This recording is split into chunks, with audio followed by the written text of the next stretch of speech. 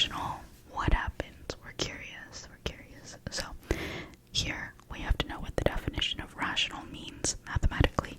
So that means that we can write the square root of 2 as a fraction. Okay, so a numerator and a denominator. So I'll just call those P and Q. But not just any fraction. We want it to be like a proper fraction, not like proper versus improper, but like an actual fraction. So not like the square root of 2 times pi over pi. We want P and Q to be integers for one, where integers are whole numbers, positive or negative. But typically for fractions, we're going to write them, with positive integers. And so we're talking about like -5, -4, -3, -2, -1, 0, 1, 2, 3, 4, 5, etc., etc. And since 0 is an integer, we have to specifically say that Q is not going to be 0 because we can't divide by 0. That still breaks math. And, I should mention that P and Q being elements of the set of integers is what I mean by P and Q being integers. Like, that's what this means. The set of integers is represented with, like, a bold Z. I don't know why, but it is. So, P and Q are elements of the set of integers. So, P and Q are integers, and Q is not 0. And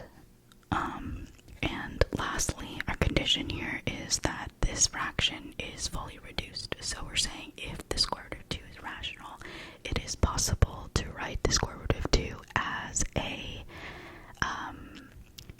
a reduced fraction. So, and fully reduced. But another way to write fully reduced mathematically is to say that the greatest common divisor between P and Q is 1. In other words, they are relatively prime. So that means that the largest number that can go into P and Q, positive, is 1. And in other words, if there's another number other than 1, let's say 2, that goes into P and Q, then you would be able to cancel that out at the top and the bottom and reduce that fraction. So this fraction would not be, for instance, 4 over 6, because this could be reduced to 2 over 3, because the greatest common divisor of 4 and 6 is not 1, it's 2, right? 2 can go into 4 and 2 can go into 6. And so dividing that out at the top and the bottom, we get 2 over 3. So we can write square root of 2 as a fully reduced fraction where P and Q are integers and Q is not 0. That is what it means to be a rational number in the first place.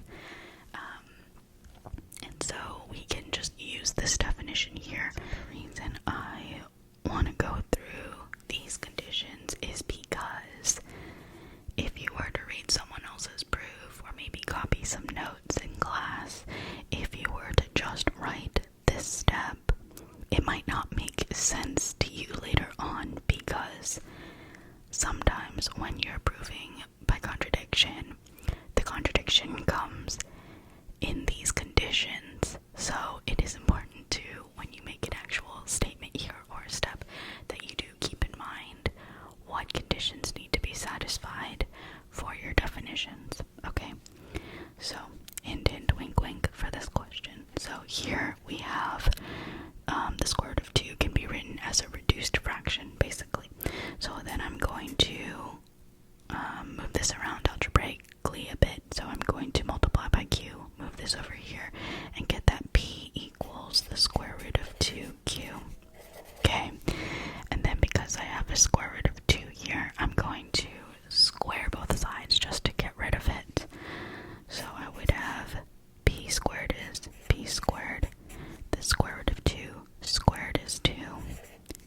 The squared of Q. So Q squared is Q squared. So I have P squared equals 2Q squared.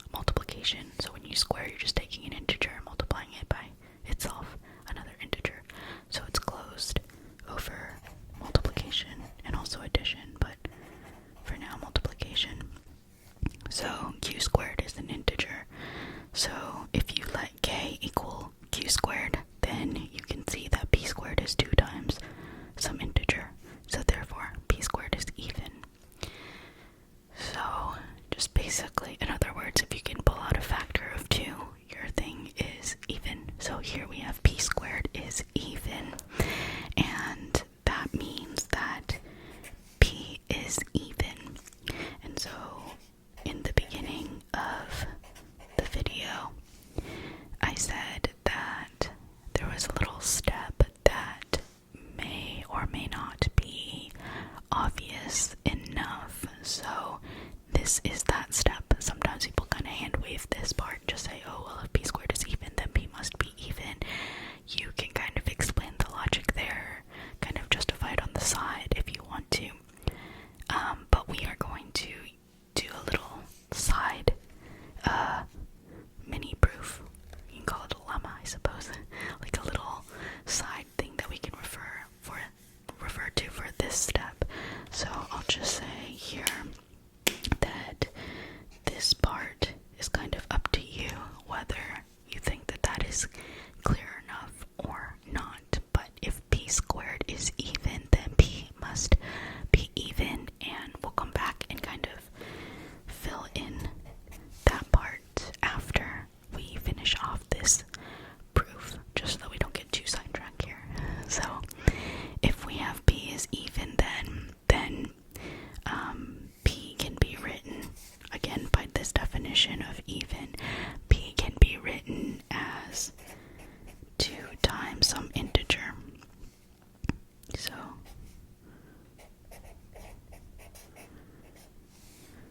p can be written as 2 times some integer. So that's 2 times k, where k is an element of the set of integers. So now we take this step and we go back to p being written as 2 times some kind of integer, but p is also the square root of 2q. So we're basically going back here, and we're going to say that therefore 2k equals the square root of 2q. So just substituting here, which means that I can go ahead and square both sides. So this is going to be just all algebra. Again, squaring both sides, getting rid of this root 2.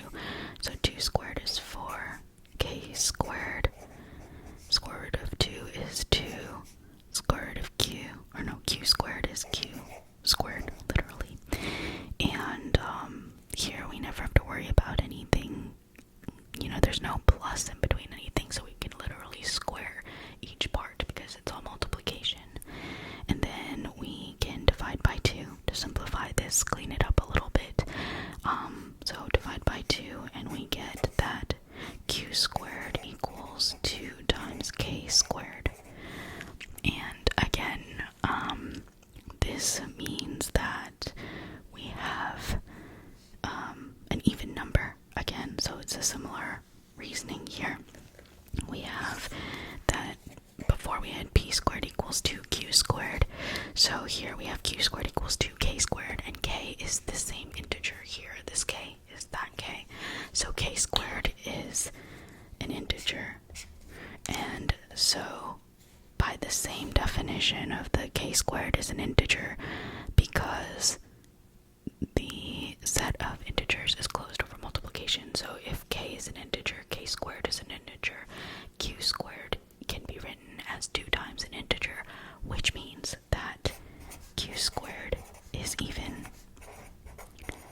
And then again, therefore q is even, again by this same part here, that same conclusion. So if you were okay with it here, maybe you'll be okay with it again here. If not, we will do this little side conclusion again in our proof by contrapositive in a second. But again, it's the same reasoning. If q squared is even, q is even. If p squared is even, p is even. So that means that q is even. Now we have come to our contradiction, because we now have contradiction. So we'll just continue here. Contradiction. We have p is even, and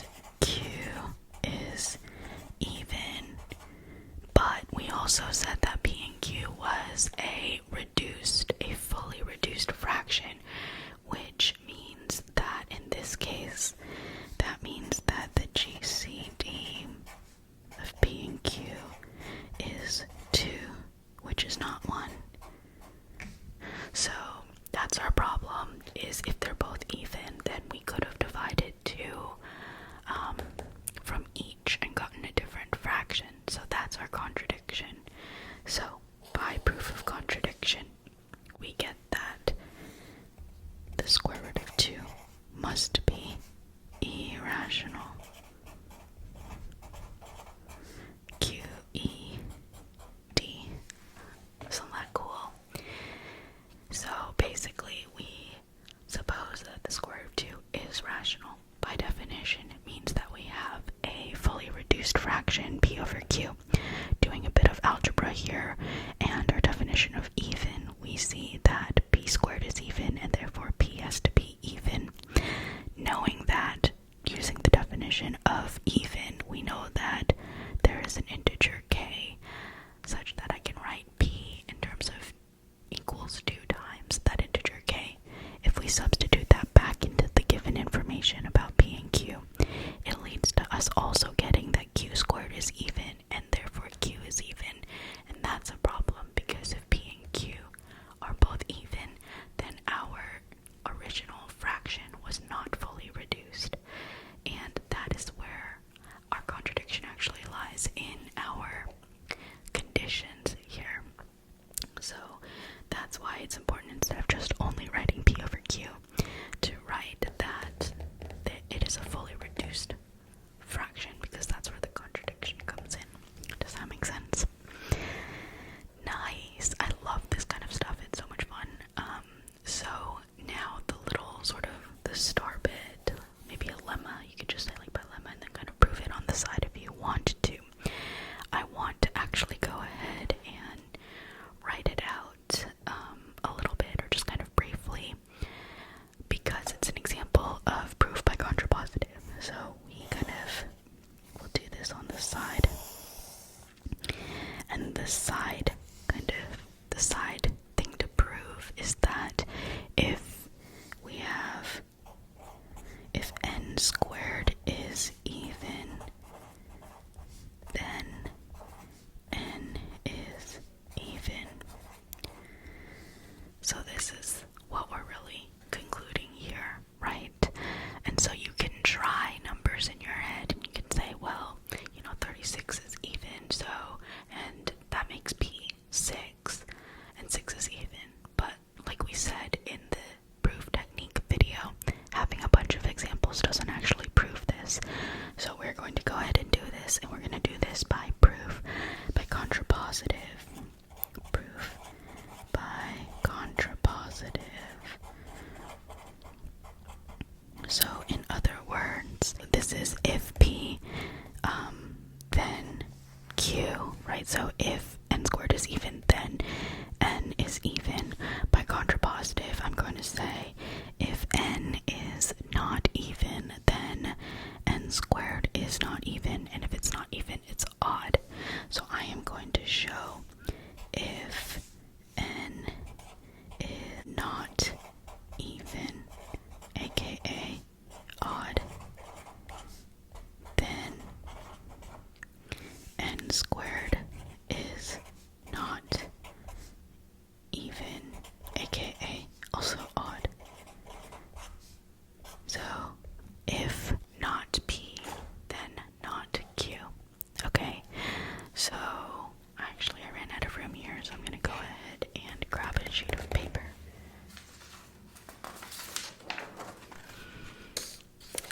Just so we can kind of keep this whole page together. So if n is odd, so in other words, I'll just write it here. If n is odd, then n squared is odd. That's what I'm going to do for the contrapositive, which is logically equivalent to saying if n squared is even, then n is even. So it's easier this way because it's just a bit of algebra. So if n is odd, then I can write n as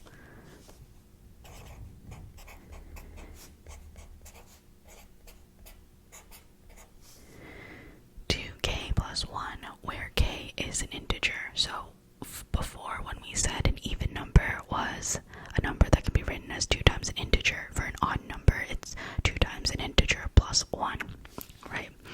So if n is odd, I can write it like this. So if I'm trying to use this and I want to say that n squared is odd, then I can do n squared is 2k plus 1, just taking this n and squaring it. And then I'm just going to go ahead and multiply this out. So this would be 4k squared plus 2 times this, which is 4k plus this squared. So for anyone who's in algebra, this squared stuff still comes in handy, remembering the shortcut. But if not, just do 2k plus 1 times 2k plus 1 and FOIL that out. And this might not look like much, but if I rearrange this as I have a plus 1 already, if I want to show that this thing is odd, I have the plus 1, but I have to factor out this 2 from the first part, so I get 2k squared plus 2k. So I'm factoring out 2 from this first 2 parts, and then plus 1, which I can say is odd because k is an integer, and therefore this bit is an integer, and so we have 2 times an integer. So this is an element of the integers. So basically, if I set, like, if you want to call it k2 or something, k2 or just m is an integer, because, again, the set of integers is closed over multiplication and addition. So if k is an integer, if I square that, that's going to still be an integer. If I multiply by 2, that's going to be an integer. 2 times an integer is an integer. If I add 2 integers, I still get an integer. So either way, this is an integer, and that's all that matters, because you wrote n squared as 2 times an integer plus 1, which means that n squared is odd. So we start with an odd number, n, and the definition of what odd means, and then we did a bit of algebra here and squared that, and we showed that that result is also odd, which then by the contrapositive, or proof by contrapositive, we know that if n squared is even, then n is even, is also even. So basically, you know, if n is odd, then n squared couldn't have been even. So we basically showed that n squared is odd. So that's the contrapositive. If p, then q. To prove the contrapositive, we're saying if not q, then not p. And that's exactly what we did. So that's our kind of side little proof part here and here. So p squared is even, so we concluded that p is even, q squared is even, so q is even, and that was what led to our contradiction in the first place. So I hope that this was